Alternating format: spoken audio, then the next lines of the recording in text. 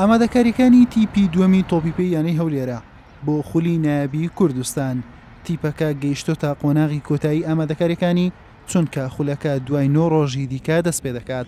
ستافی ڕاهێنەرانی وەرزی ڕابردوو تیپەکە بەڕێوە دەبن بە سەرپەرشتی ئەحمەد موناجیدی ڕاهێنەر و ئەحمەد شوکری یاریدەدەری و دیدار حامدی ڕاهێنەری گۆڵپارێزان. أنه الفريق صار به تغيير تقريبا 10 لاعبين من الموسم الماضي.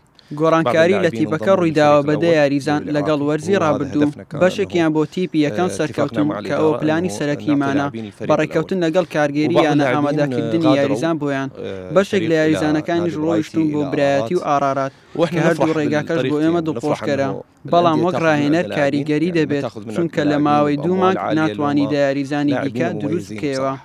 ئێستا لە هەفتەی پێنجەمی ئامادەکاریمانداین سپاس بۆ خوا توانیمانە زۆرترین یاریزانی لەدایک بووی 2003 و 2004 هەڵبژێرین لەگەڵ چەند ئەستێرەیەکی وەرزی ڕابردوو تیپێکی 23 بۆ 24 یاریزانی لێ دروست بکەین. پێویستی بە مادووبوونە و پێویستی بەکارکردنە ئەنجامەکەی ئێستا دەرناکەوێت. تیپەکە زۆرینەی یاریزانانی لاون و تێکەڵکێش لەگەڵ چەند یاریزانێکی بازمون دەیانەوێت ڕکابەری لە خولی نایابی کوردستان بکەن و زۆربەی یاریزانانیش ئارەزووی سەرکەوتن بۆ تیپی یەکەم دەکەن.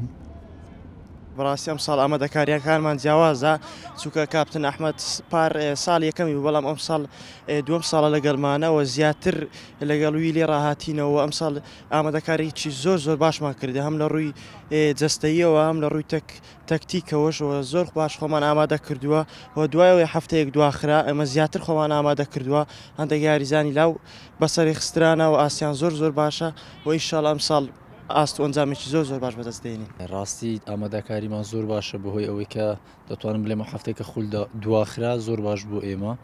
ڕاست ئێمە چەند یاریزانێکی من بەس نەک بڵێم من و هۆگر چەند یاریزانێکی تریشین کە خیبرەمان زیاترە لە یاریزانەکانی ترچکە و یاریزانە لەگەم دەتوان بڵێم تەمەنیان زۆر گچکەیە وەک خۆم دێتە پێشام کە لە خولی کوردستان یاریم دەکرد لە تەمەنێکیوە بەس ئەگەر بێت و تیپێکی وە لە چەند یاریزانێکی باش لەگەڵدا نەبێتن سەرکەوتو نابێتن چکە یاریزانی گچکە ڕاستە دەتوانم لە ناو یاریگا زۆر غاردەدا و زۆر یاری دەکاتن بەس ئاخیری کەسیقی لە دەستدا زۆر دەوێتە مشکلە بووی.